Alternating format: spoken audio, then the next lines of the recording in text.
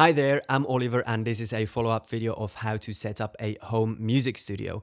I previously showed you how I've moved all my stuff from Spain to Amsterdam and what kind of equipment I'm using, what instruments, microphones, interfaces, MIDI keyboards, controllers, main machines, etc. In case you haven't seen it, please click the link in the description, and all of your comments and suggestions have been really helpful and beautiful. And now I've been here since about 6 months and I've made some tweaks, changes, investments, and I'd like to update you. First of all, some of you wanted to know how this piano was moved onto the top floor in one of those narrow Amsterdam houses, and this is how it was done.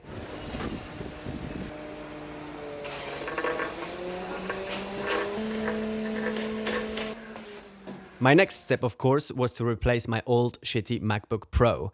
And when the new machine arrived, I couldn't really hide the happiness in my face. So, here it is, Mac Pro.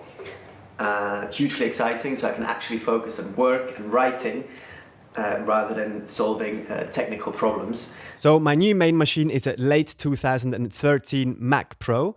It's a 3.5 gigahertz 6-core with 64 gigabytes memory. And with this, I think we've got a similar kind of setup in the Spitfire studios. And honestly, with this kind of setup, I haven't really reached the limits of my main machine just yet. So my Mac Pro stands back here. It's quite amazing. The fan is really, really quiet, so you can't really hear anything. But nonetheless, back there is the perfect spot for my machine. I've plugged my USB hub into it, where I connect my keyboard, MIDI controller, MIDI keyboard, iLock, and some backup hard drives.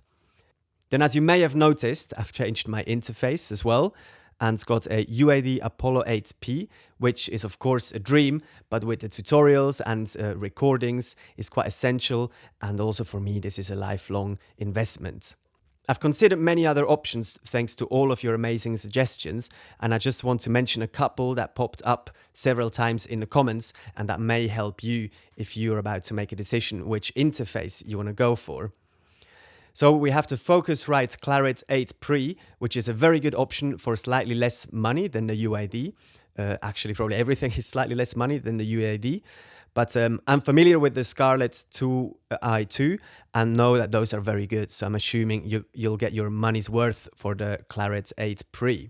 Another option mentioned a few times on my old video was the Audient ASP 800 or 880.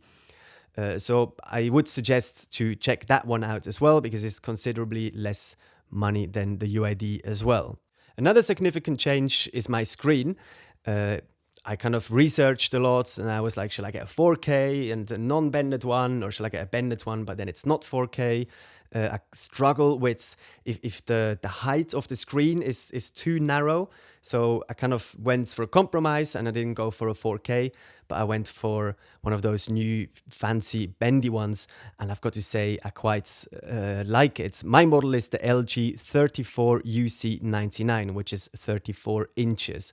I'm considering still to get another screen, just a slightly smaller one, because I like to have the piano roll on there, or if I score a film, that I can run the picture on that one separately.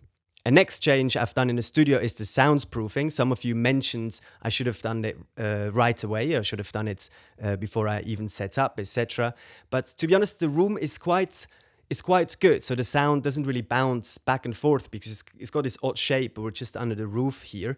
And so I just felt like I needed to kind of absorb certain sounds in certain spots. So and I kind of went and walked around and clapped and kind of checked where the sound was really bad. And obviously where I sit here, the main spots between the speakers, that's for me quite an essential kind of zone. The sound needs to be dead there so I can mix and write accordingly. So I've got 6 panels, which I've ordered from GIK or Gig Acoustic, which I then, with a little help, put around in my studio. So I've got 2 right behind me, so the sound from the speakers doesn't bounce off the back wall. Then I've got 1 to the right of my desk and 1 to the left. Then I have 1 right above me and 1 above the piano to absorb some of that sound as well when I record my piano. I've also put a couple of bass traps behind each speaker. They should probably hang somewhere in the corners, but the layout of the room doesn't really allow me to do it. If any of you have any tips for soundproofing a room, please let me know in the comment section. I appreciate all your help, as I don't really have that much experience with it. So that's it for now. My next investment will probably have to be a studio rack so I can mount my interface and my black Magic Dock because it looks a little wobbly on those IKEA tables. Anyway, thank you very much for watching, commenting and sharing your ideas. I'll see you in the next one. Bye bye.